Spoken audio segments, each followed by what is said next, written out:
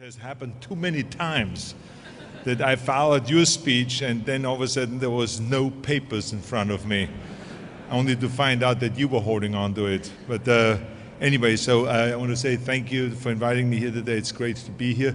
I just want you to know that, first of all, the way this came about was that I got a phone call from Stephen just last week. And he said, Arnold, it's great to talk to you. He says, you know that you and I, we have been partners in California. We both believe in global warming and that we have to go and fight global warming, right? I said, yes. He says, we both believe in a strong energy future, right? I said, yes. We both believe in free speech, right? I said, yes. Well, you're going to give one next week in Washington.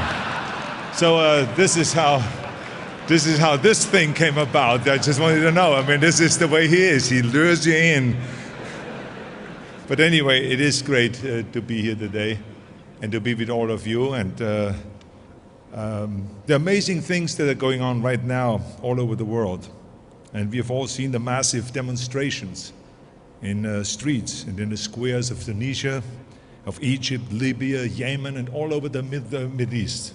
And it is breathtaking to see people by hundreds of thousands who want to change, who want to throw off the old order and to subvert the status quo.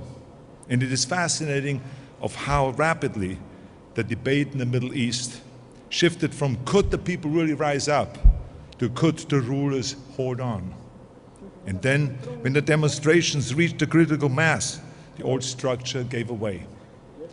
They could not stand up to the momentum of the future. All of which brings me to you here today. Because what you in this room also are saying by the work that you are doing is, we want to subvert the status quo. We want change. We want innovation. We want to overthrow the old energy order. We want a new era of energy independence, a new era of green industries and green jobs, a new era of improved health from improved environment, and a new era of American competitiveness. That's what you're all about. That's what you want. And all of us here have heard, of course, the complaints by those that say that in 50 years from now, this country is not going to be what it was. Well, I agree that it's not going to be what it was. It's going to be much better. And it's going to be much better because I have total confidence in all of you, in the work that you're doing. The people that are creating the new technologies, the ones investing in new solutions, the ones formulating new forward-looking policies. In California, I was fortunate enough to be governor for 7 years, and during the 7 years I had the chance to visit the labs, the startups, and I've seen firsthand what is happening there. It is unbelievable the kind of things that are happening in California, and I have the utmost faith in what is coming. But I have to tell you, there's something that is a little off to me. There's a disconnect between what is happening and what is being debated. For too long, we have been fighting over greenhouse gases, over global warming, or whether the oceans are going to rise, or whether the scientists are telling us the truth, and if the science can be trusted, or whether we will soon be in another ice age. Where is this getting us? I ask myself. What has this brought us?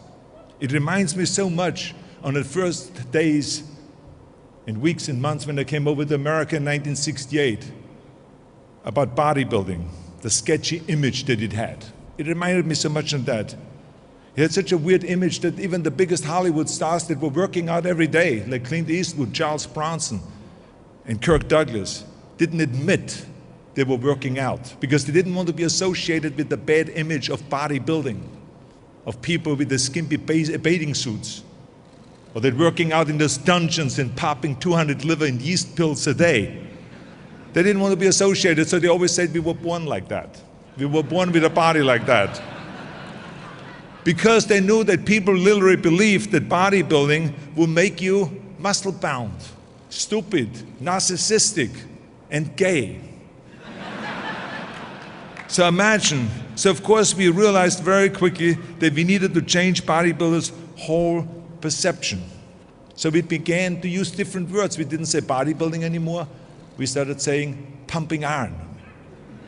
And a book came out on pumping iron, a documentary came out on pumping iron. We promoted it all over the world and talked about the great benefits of weight resistance training, not bodybuilding, but weight resistance training, weight training, pumping up, strength training. Those are the kind of words that we used.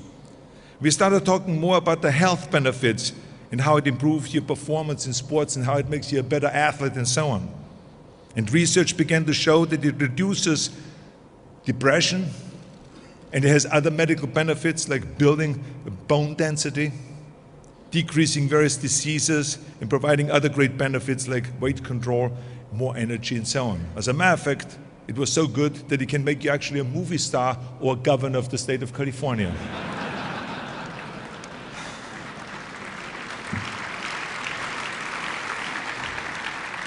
So over the time, the debate changed, and now weight training has become an integral part of millions of people's lives.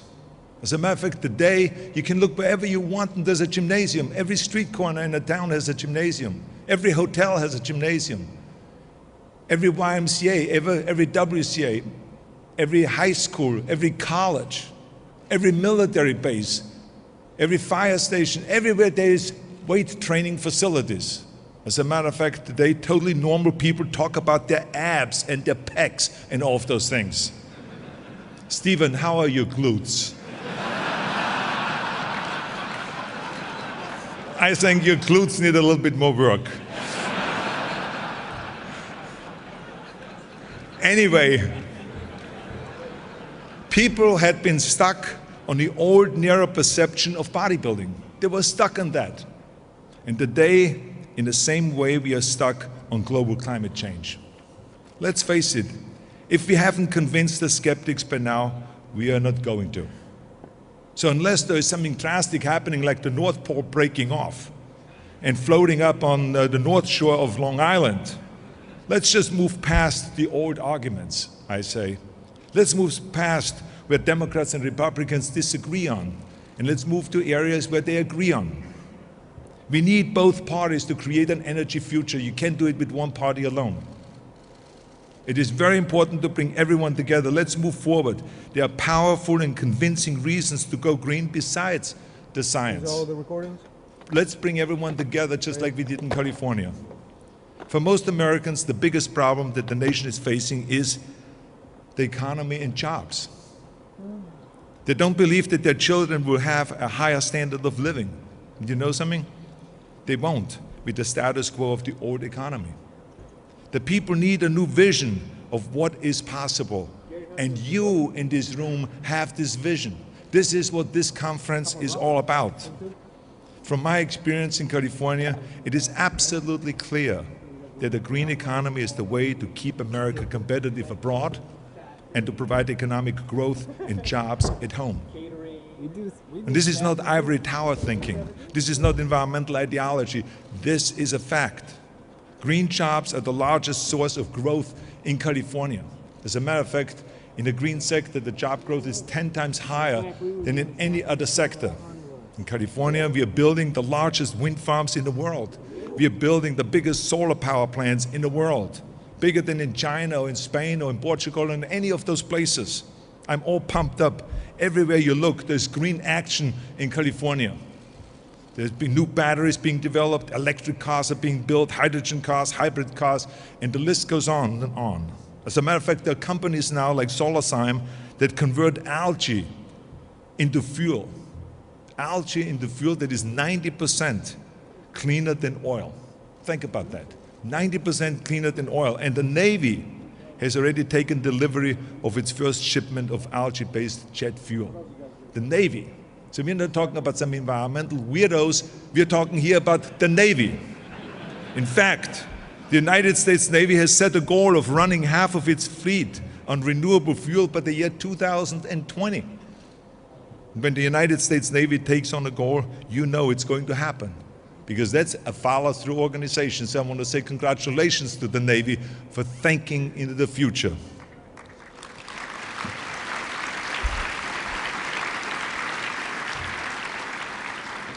Now, California pioneered the semiconductor industry, the biotech industry, the internet industry, the film industry. I mean, these are all industries that are now pillars of the state's economy, the 7th largest economy in the world. Clean energy is the next great wave of innovation. The next great wave. Today, more than a third of the world's clean tech venture capital flows into California. 1/3. The Wall Street Journal called it the new California gold rush. California is the model of what the US can do if it decides to get in the game. I've been to China many times. Living in Beijing, we all know, is an equivalent of smoking 2 to 3 packs of cigarettes a day. So the Chinese have health reasons to act on carbon reduction, but also they have economic reasons. China has made a decision, backed by billions and billions of dollars, that green is where the economic action is going to be. They know that is where the economic action is going to be. China is an ancient culture, but with new ideas. We cannot let America be a new culture with old ideas. So I see the model for a competitive America in California right now. It is critical for the US to lead in this, just like we have led in everything else. When it comes to human rights, we didn't say to China, you go first. When we landed a man on the moon, we didn't say to the Russians, you try it first.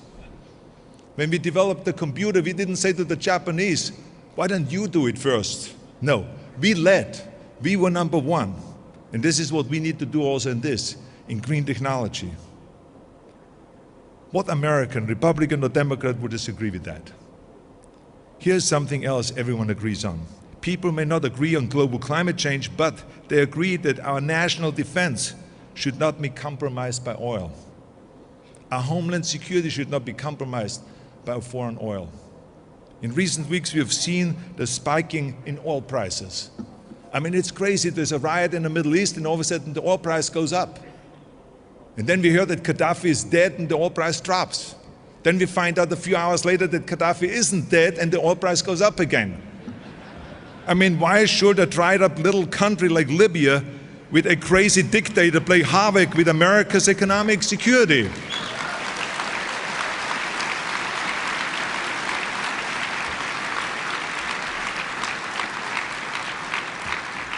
It doesn't make any sense to me. It makes us vulnerable. As a matter of fact, in 1959 already, President Eisenhower said that we got to get off foreign oil. That foreign oil poses a grave threat to our country. At that time, imports amounted to about 20%. So think about that. Every president since then has been saying exactly the same thing. They believe that we should not be dependent on foreign oil. But today, 60% or more of our oil comes from foreign countries. 60% or more. Why? Because America has never had an energy policy. We don't know which way we are going. We don't know 20 years from now, where do we get our energy? How much we're going to drill on land or offshore? How much we're going to rely on renewables? Do we need more nuclear plants or what? We know nothing. That is the sad story. Imagine if the United States as a whole adopted an energy policy that instituted just 3 of the policies from California. 3 of the things that we have in California, just to make it simple. We don't want to make it too complicated. One, for instance, is California is 40% more energy efficient than the rest of the country. Imagine if we make the rest of the country 40% more energy efficient. If the nation followed the same policies that made California more energy efficient, the average American electric bill will go from $1,400 down to $840, a savings of $560. Now, Republicans and Democrats would like that. And you know what would happen as a result? We would have a decrease in greenhouse gases. As a matter of fact, we will have a decrease of 1 billion metric tons per year. It will be a decrease of 16% of greenhouse gas emissions. Just that alone. Now then, here is the most important thing, that people say that it can't be done. But we see it all the time. I mean, we have seen just recently the Empire State Building has been weatherized. The Empire State Building retrofitted, and now it is 40% more energy efficient. And the others, there are savings, like for instance, with the Sears Tower in Chicago. I mean, they're right now retrofitting that building. That was supposed to be 80% more energy efficient. And of course, the savings that you have from the energy, from the less energy use, you can pay off those bills in 3 years.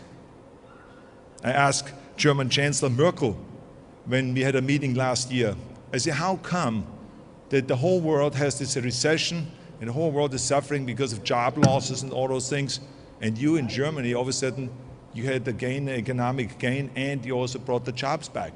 She said, we did one thing very quickly, and that is we gave big tax incentives to weatherize all of our buildings and homes. And what that did was it created jobs, it cut energy use, it cut greenhouse gases, and it stimulated the economy. Imagine if we would weatherize here in the United States a fraction of the millions or billions of square feet of homes and office buildings and warehouses. Just imagine what that will be. Now, the second thing that I would recommend is that California right now has a 33% renewable standard. 33% by the year 2020. Right now, we have already 20% approximately. But if America followed the same 33% policies, this would cut our greenhouse gases here in the United States by 24%. And we could close 3/4 of our coal plants, which make up 44% of our electricity generation today. Wouldn't that be great? That's how simple it really is. Those are the kind of things that we are doing in California. And 3, California passed laws to make cars more fuel efficient, which the Obama administration then adopted also for the entire nation. Well, let me tell you, this will save not only oil, but it will also save motorists an average of $1,300 a year. So you see, when you have an energy policy, you save money. Whereas now, with the increase in oil price, it will cost the motorists an average of $1,000 to $1,500 a year more. So this is when you have there's a lack of policy versus having a policy. The result, of course, by 2016, this will kick in, this efficiency. And it will mean a reduction in greenhouse gases of 10%. Now, do the math. Just those 3 policies from California would save American households thousands of dollars a year, and it also will cut greenhouse gases as a total of 50%, and we could close 3/4 of all of our coal plants. Now, that would be great policy. Why are we debating the science when we could be discussing the progress here? Now, another area that deserves more attention is health. There's a huge and positive health consequence and benefits to a greener economy. We have about 100,000 premature deaths right now in the US each year from petroleum-related air pollution. 100,000. And we have 6.5 million annual hospital visits by people with respiratory illnesses caused by the same thing. Now, just to show to you how huge this 100,000 is, it is a total combined, it's more than if you combine the death of car accidents, drunk drivers, gang wars, suicide, and the people the soldiers that have died in Iraq and Afghanistan. All of those combined doesn't even come close to the 100,000. The suffering and the expense of those petrol deaths needs to be recognized. Think what it means when in the Central Valley in California, 1 out of 6 children has to go and walk around with an inhaler. That's what we do to those kids. People need to think about that. I know that we can change the debate, and I know that we can win the debate if we start talking about those things. We can't just keep talking about global warming because most people can't relate to that. But when people are dying, they can relate to that. Jobs, they can relate to that. The economy, they can relate to that. National security, they can relate to that. This is why we need to talk about those things. And of course, the important thing that we do in California is after we pass important legislation, we also protect it.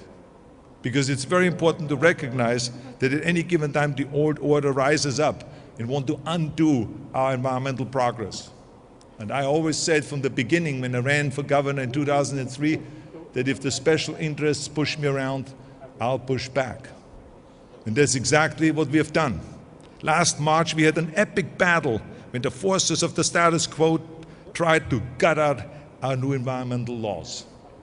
Oh, they came out of nowhere. I mean, the Texan oil companies and Ohio coal companies started spending millions and millions of dollars in California on an initiative called Proposition 23.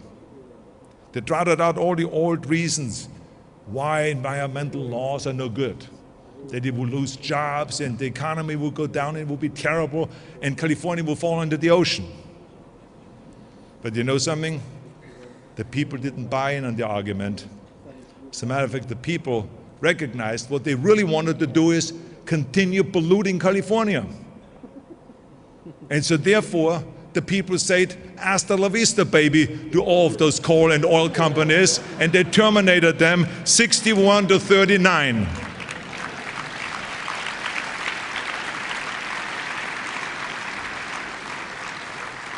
We took out that initiative, and the reason that we won is that we made the case that the people of California understood that our environmental laws are not for sale, and our environmental laws are good for the economy and for jobs.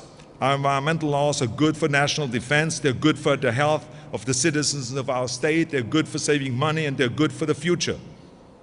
And the great thing about that battle was that it was Democrats and Republicans fighting together.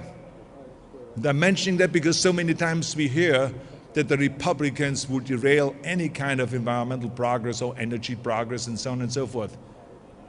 There may be some, but as a whole that's not true. There was Democrats and Republicans working together to go and to take out Proposition 23. And that's what I want to see also on a national level.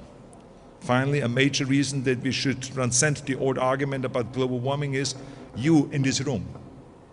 You are changing the debate by the work that you are doing. To me, a technologist is someone who uses technology to solve practical problems. So all of you are technologists. Whether you are a scientist or an entrepreneur or a venture capitalist, you all are basically technologists. And I also want to come here and today say to you that I believe in all my heart in what you're doing. I think that you're doing extraordinary work, but you are the true people of action. See, I've made a lot of action movies in the past, so I know about action, but you are the people of true action. This is what I like about you.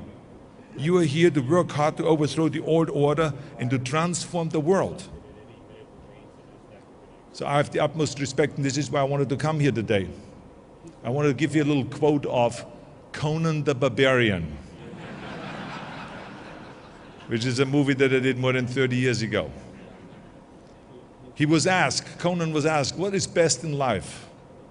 And Conan answered, to crush your enemies, to see them driven before you and to hear the lamentation of their women. Now my views have evolved since the days of Conan.